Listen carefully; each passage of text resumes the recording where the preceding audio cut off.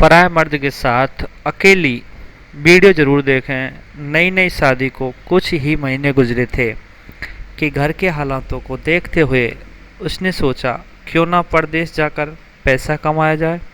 उसने अपने माँ बाप से आज्ञा ली और अपनी गर्भवती पत्नी को माँ बाप के पास छोड़कर परदेश में व्यापार करने चला गया।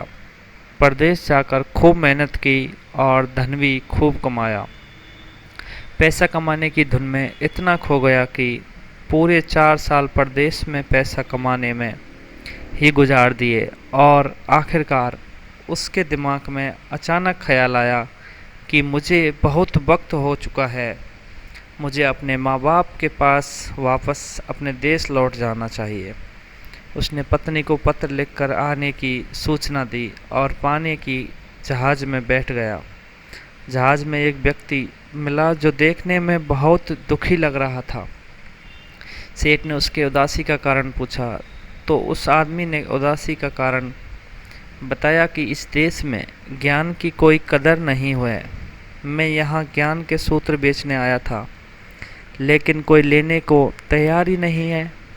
सेठ ने सोचा, इस देश में मैंने बहुत धन कमाया है और यह मेरी कर्म भूमि है, इसका मान रखना चाहिए। उसने ज्ञान के सूत्र खरीदने की इच्छा जताई।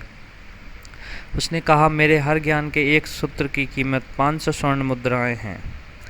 सेठ को सौदा तो बहुत महंगा लगा, पर लेकिन उस आदमी का मान रखने के लिए उसने उसे 500 स्वर्ण मुद्राएं दे दी। व्यक्ति ने ज्ञान का पहला सूत्र बताया कि कोई भी कार्य करने से पहले 2 मिनट रुककर सोच लेना। सेठ ने सूत्र अपनी किताब में लिख लिया। 2-3 दिनों की यात्रा के बाद सेठ अपने नगर में पहुंचा। उसने सोचा कि इतने दिन बाद घर लौटा हूं, क्यों ना मैं चुपके से बिना खबर दिए सीधे अपनी पत्नी के पास पहुंचा जाए। वह बिना बताए अपने पत्नी के कमरे में पहुंच गया। जैसे ही उसने अपने पत्नी के कमरे में कदम रखा तो वह वहां का नज़ारा देखकर दंग रह गया।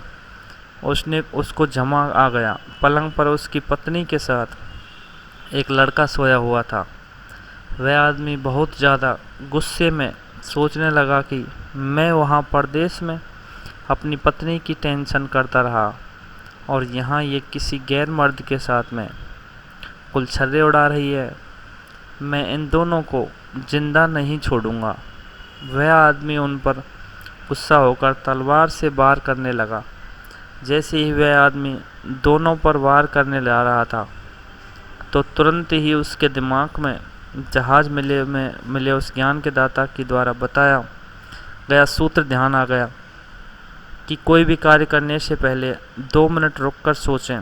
जैसे ही उसने सोचने के लिए तलवार पीछे खींची तो तलवार पीछे की तरफ किसी चीज़ से टकराई और आवाज़ निकली तो पत्नी की नींद खुली।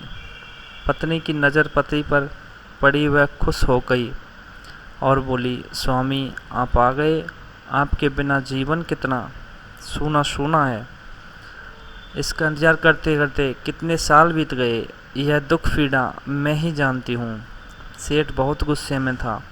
उसने अपनी पत्नी की बातों पर कोई ध्यान नहीं दिया। वह तो सिर्फ पलंग पर सोए हुए उस व्यक्ति पर निगाहें टिकाए बैठा था। पत्नी ने उस पलंग पर सोए हुए आदमी से कहा, बेटा उठ जाओ, आपके पापा आए हैं। वह युवक जैसे ही पिता को प्रणाम करने के लिए झुका तो उसके सिर से पगड़ी नीचे गिर गई।